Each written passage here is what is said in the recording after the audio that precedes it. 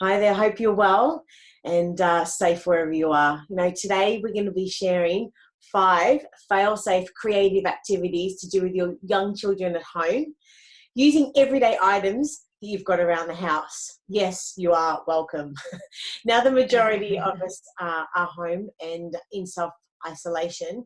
This really does beg the question, how can you keep the kids busy and entertained?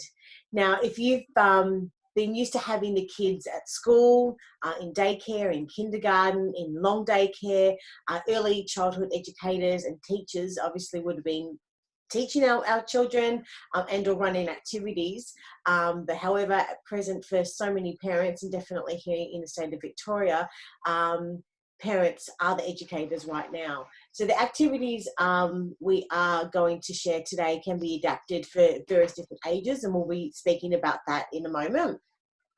And the whole idea, they are to be able to keep the kids, for the primary school children, keep them as much as possible away from watching back-to-back YouTube videos and or creating constant sort of TikTok videos as well. Understanding the kids are going to be doing that anyways, but these are just some nice fresh ideas to get them away from screens for a little while. And coupled with this also, not everybody has access to the internet at home or the luxury of an iPad or an iPhone or a screen to watch these things. So these activities really are for everyone. And understanding that we are in uncharted, start again, Rach. We're in uncharted territory. This is a challenging time for all parents. So this is really to help everyone. Now, today we're joined by our very special guest, Georgie Doherty. Now, as a little bit of an introduction, Georgie is a qualified art teacher, an educator and mum based in the Mornington Peninsula in Victoria. Now, she's the founder of Mini Monet Art School. It's a brand new sensory program designed to help mums and dads engage with their babies, pre-primary and primary age kids through art and play. Now, Georgie is also a mum to Eve, a 1 in a million baby who was born with a rare genetic condition. And she's going to tell us a little bit more about that as well. And she's also an advocate for lung research awareness. And she's hoping to inspire others with her journey about motherhood as well. Now, first of all, how are you this morning? Good morning. I'm excited to be here and chat to you. Very well. Thanks for having me. And thank you for joining us as well. And first of all, how are things at home at the moment? Understanding that Evie's got this rare condition, and this is maybe just tell us a little bit more about that as well. Yeah, so my daughter is Eve and she's 10 months old, and she's a very tricky kid because she was born unbeknownst to us with a lung and heart disease, and it's a really rare condition. It's kind of less than 1 in a million, and we're taking a lot of guidance from the doctors, but essentially we don't really have a lot to go by with how to treat it or if there's a cure or really what's going to happen to her. And so what that means for us is that she is attached to oxygen 24/7. So she has like a little prong and tube, and she has some medications, and it's obviously changed a lot about how we are able to parent her and what we can do, and the logistics of having a baby. She started to kind of crawl on her bottom, and that's tricky because she gets tangled up in her cord a little bit. So we're navigating that with her. And I was just mentioning at the moment with all of this corona virus kind of concern, it's certainly heightened, I guess, our nervousness and anxiety because of her condition is a respiratory condition. And so if she was to get a virus or any virus, it would impact her. It would mean ICU essentially for her. So yeah, it's we're in lockdown, which I guess is where a lot of these activities have come about as well, because we've been staying safe and staying at home with her and using what we have at home to make some beautiful creative art activities. Yes, well, our love and thoughts are with you guys, and just as you just said, it's all about staying home, staying safe, and isolation and as much as possible. And you really are a godsend for so many parents at the moment, with these ideas. So we published your article titled 5 Art Activities Using Household Items. So for someone who hasn't read the article, can you give us a little bit of an overview what it's about? And we'd love to be able to just talk through each of the activities also. So we're all ears. Yeah. So I think even as an art teacher, we can feel very overwhelmed with needing the update supply, the newest color, the extra material. When you go to Spotlight, you can be so overwhelmed with what to actually get. And the thing is, you can create the most amazing activities and art pieces with just stuff that you've got at home. You really don't need to make several trips to the shop. And so one of them, which is actually a really fun and one of my favorites. So these little art pieces are being created with paint. So paint is a pretty fun art supply if you do have it at home. And I notice actually the supermarkets do sell it now. But this is created with utensils. So how fun to go to a trip to the kitchen drawer to pull out some utensils and let your child kind of experience that process of like, well, let's grab a fork and what kind of texture would that make? What could we create and paint with that? Things like that are amazing to kind of create with your child. And what I really like about using household materials is that you're demonstrating to your kid outside of the box thinking. You're finding different ways to use mundane objects, which is actually a creative process in itself. So we have painting with utensils. We have a thing called tin foil prints, which comes up like this, which is such a beautiful pattern. And then you can cut out fun animals and just use little pegs for legs. That's adorable. So all of that involves is markers and tin foil and a bit of water. That's it. We had in the article some pasta art, and I know pasta is in hot demand right now. I actually was able to grab a packet from a lady in the aisle who said, "You can have mine." I don't think she realized that I wasn't going to eat it, but we made some art with it. And pasta, comes in all different shapes and sizes, and creating a scene out of pasta with just a bit of glue is a really fun activity. In the article as well, we used markers, so textures, and toilet rolls. So if you were to ever Google activities with toilet rolls, you will find hundreds of different options. So this particular one was, yeah, you had a question? So this isn't the toilet paper, this is the roll inside the paper once we're done with the paper. Is that right? Once you've done with the paper. So the roll inside it. This activity, I remember as a kid grabbing handfuls of textures and just scribbling and thinking, oh, mesmerized by all the colors and the scribbles. So this is sort of a stylish way to tape your textures to the toilet roll. So it's a great it's great for the little kids to hold, fine motor skills, and we're just kind of scribbling all over the page. And they'll be engaged for 20-30 minutes of just what they can create with that. So there's a really good picture in the article. So what she's done, we've got the toilet roll itself. You take your textures and you put them on the outside, and you tape them on the outside of the toilet roll. And if you sort of click onto the article and see, it ends up being like this massive sort of like, when their little hands would sort of almost need to use it with two hands. Yeah. Because the toilet roll itself is, here and it is. Like I had as well. Yeah. Like this. Yes. Like this. Yep. Several. Yep. And making this is actually quite tricky. So it's great for the kids to learn where to space, making sure they're all the same height. So that kind of skill of using like math essentially to be able to make this effective is really fun too. Yep.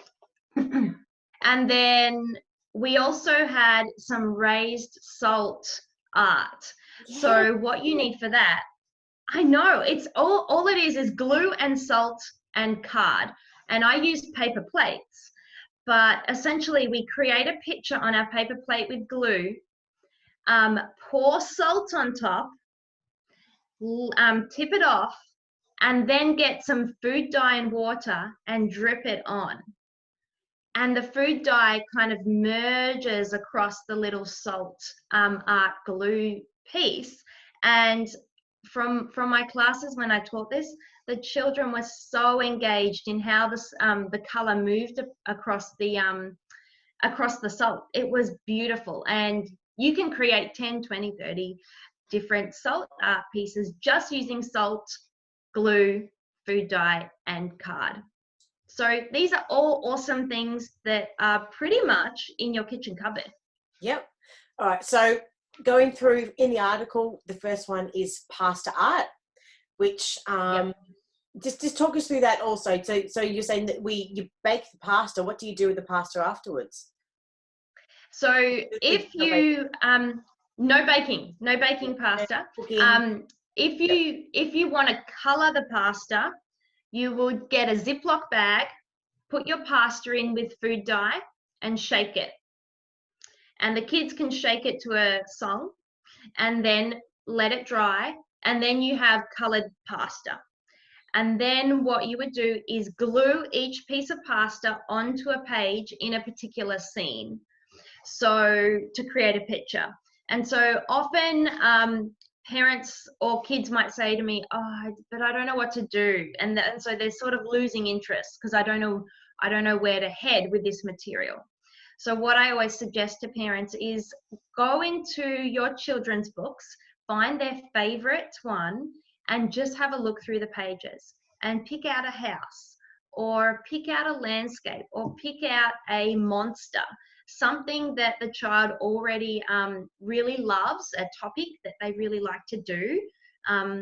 And I use that as a starting point. And often I find when you have a starting point with children of what to create, then you leave them 20, 30 minutes and they've done all these different, explored all of these different ideas as well. Mm-hmm. And so in the article, you've shown there's it's best to have different coloured pieces of pasta also. You've got green, you've got yellow, you've got like an orangey red. So that way that would enable them to be able to replicate that picture from their favourite storybook easier, do you think, to be able to have different coloured pieces of pasta?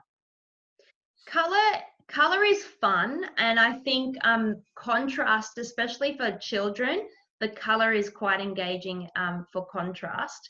But if you have pasta bows and macaroni pasta, or I know pasta comes in little letters, if you can't color it, then different types of pasta is contrasting as well.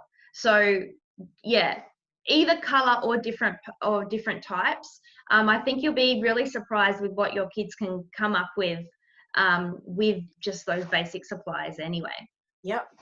And then so the pasta art, the pasta art, sorry, the painting with utensils, you mentioned that. So that's a matter of just having a palette of different paint, would you say, and then using different utensils to be able to,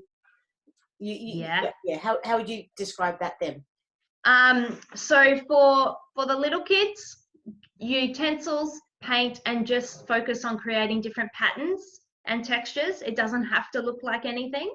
If you've got a primary school student or upper primary, thinking about, okay, what could I actually paint with this? Could I paint a house? Could I paint a landscape? So this would be older primary and maybe just textures and just exploring what it could do would be pre-K and lower primary. Yep. Okay, great. And then you've got the raised salt art, and as you mentioned before, that's that you need salt, glue, and watercolor. And yes. Yep. Do you just explain that again, just briefly for anyone that maybe just because it's something I've never heard of it before, so I'd love to just hear about it again. Yeah. Sorry, I didn't have an example with me, but what we do is we get some glue Yep. And we create a scene. So just say I'm drawing a rainbow out of my glue. I get my salt, pour it all over the glue in a dish so you can contain the mess, tip it off and let it dry. And then in the morning, you'll come back and with your little water and food dye, which is a DIY watercolor paint, all you need is water and food dye. You get a little paintbrush and you just drip it on to the dried salt and glue. And it's an experiment because the watercolor spreads all around the raised dried glue and salt. And that's the fun bit for the kids, watching that happen. So the rainbow itself is then going to sort of have different lines and everything else and colours, and it's all going to merge. And is that what you're saying? Yeah, that's it. That's it. Yep. And I would suggest if you're going to do that, get your kids to do maybe 3 or 4 different ones, because it obviously needs to dry first. And if you've only done one, they'll want to do it again. And so then you'd have to wait for the next day for it to dry. So do at least, 3 or 4 different artworks for them to have fun with that the following day when it's dry. Cool. And then another one you mentioned is tin foil prints. Tell us about that. Yes, tin foil prints. What we do is we tape a piece of foil to the table. We grab our textures and we draw all over it. Doesn't have to look like anything, just color. Then spray a bit of water. So just like a spray bottle, or like what you might use for your plants or just for your hair. Spray water on top. And so what that does is it merges all the ink. And once that's all merged, you put a piece of paper on top, pull it off, and it comes up like this. So that is fun, and it's fun to just see what the color mixing does. From here, I've created a little animal with pegs for legs. So this one is based on an illustration from a book called The Mixed Up Chameleon by Eric Carle. But the process, that's the fun process, and you can create whatever you like with the actual colored paper. Yeah, love that. And the last one you did is the scribble in style. So that's taking the toilet paper roll itself, sticky taping the color textures on the outside, and ensuring, as you said, that they're all the same length, I guess. Same height. That's it. Yep. All like that. All like that. Beautiful. And then you're going to get this fantastic sort of, I don't know how you describe it, but the twirls and the colours and everything else. So that's getting them to do more than 1, 3 or 4, who's got the best, and who they have. You can have a whole art gallery at home. It's great to set the kitchen table up with paper all over so the child can move all the way along the table. Yeah. Because they like to move and do really big strokes with that. Yes. So it's a really good skill for pre-K kids to develop as well, the ability to really move their whole body and hold at the same time. Now, as a question, why is creativity so important for children? Yeah, well, essentially it's developing the child's brain. And so we know that when a child engages in a creative activity, they're actually developing their ability to think of new ideas. They are expressing themselves. Every child will come up with a different outcome with the same starting point. And that's because we all have our unique creative expression. They are problem solving through doing these creative activities.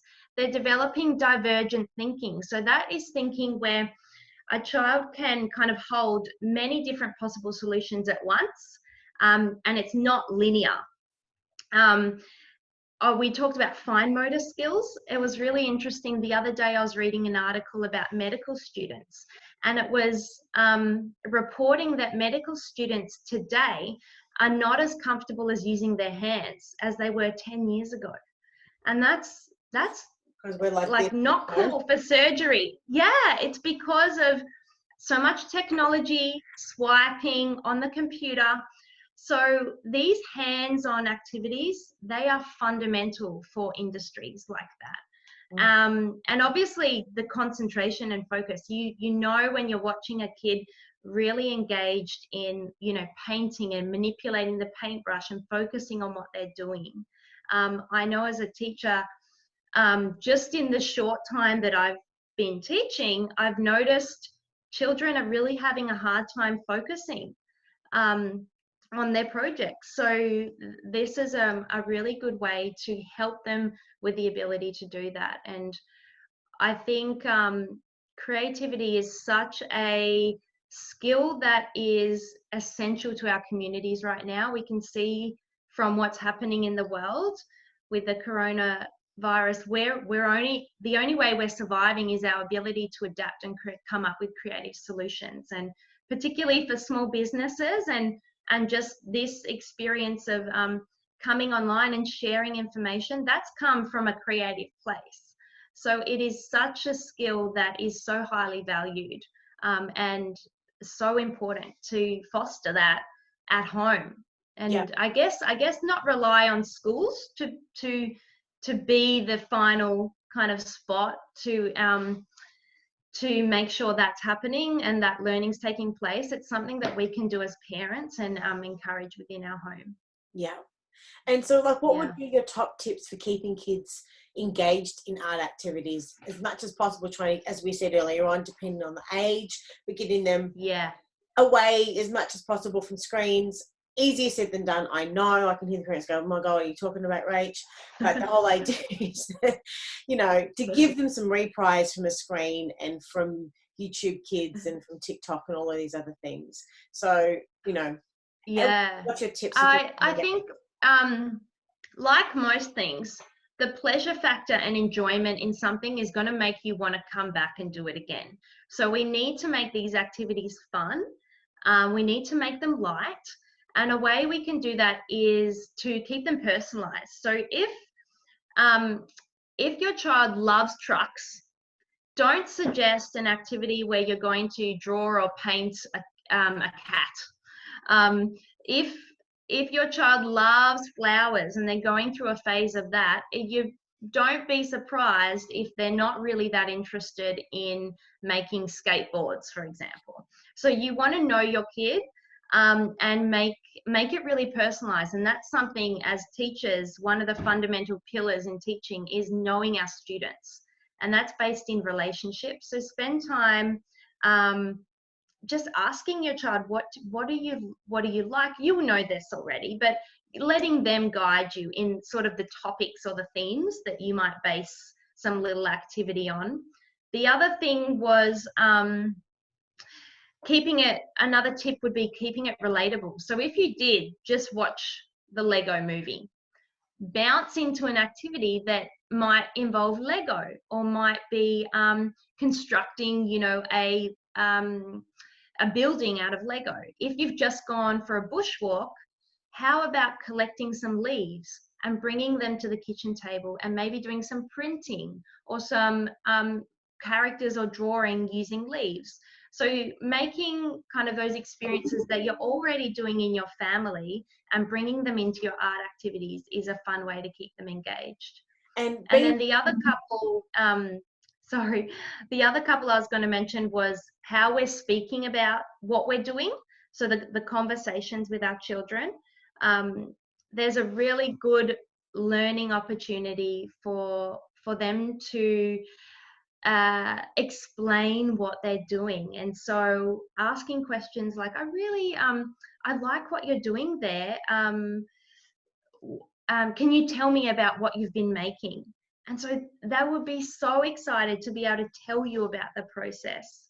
And when you're encouraging your child, suggesting very specific encouragements like, I love the way that you've used purple, or I can't believe how strong that tower is that you've built, rather than just saying, oh, that looks good, you've done a good job.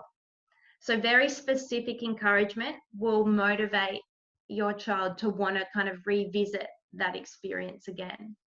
And being in isolation for a lot of families now, and trying to keep the house as tidy as possible, in the sense that, I mean, the question is, how can we make art activities less messy? Because with everyone indoors, it's just going to, you know, so how can we make them I less think it's less messy. Yeah, it's definitely probably one of the things that deters parents from creating art at home. So one way that I use is defining your space.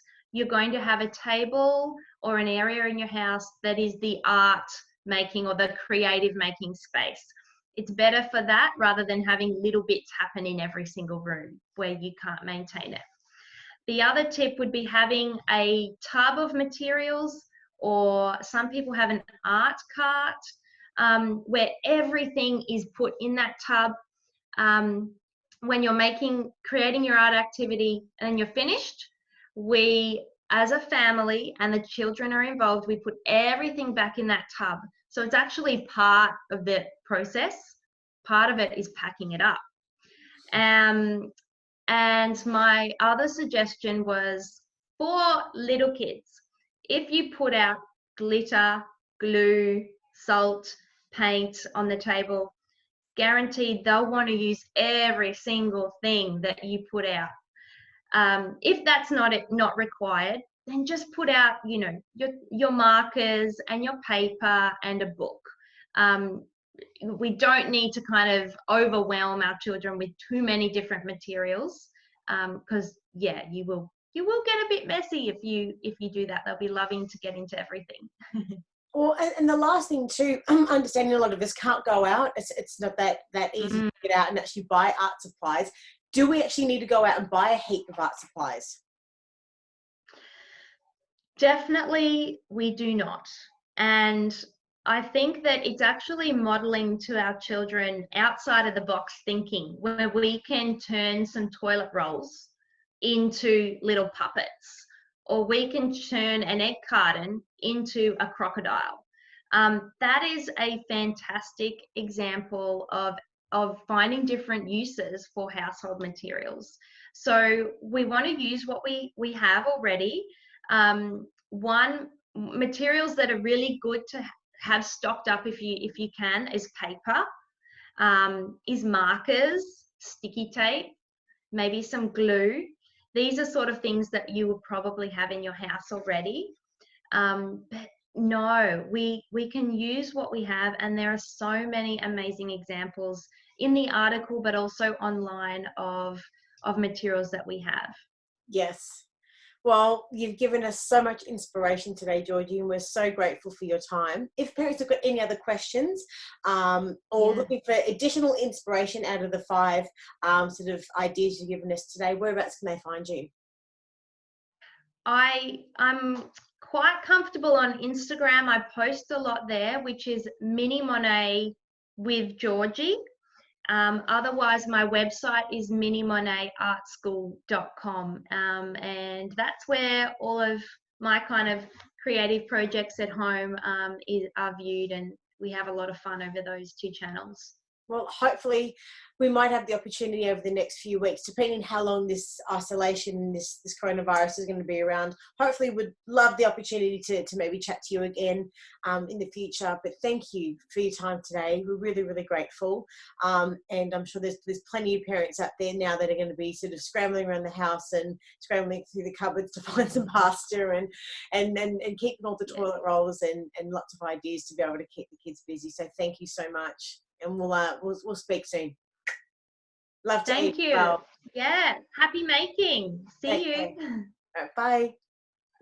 Bye.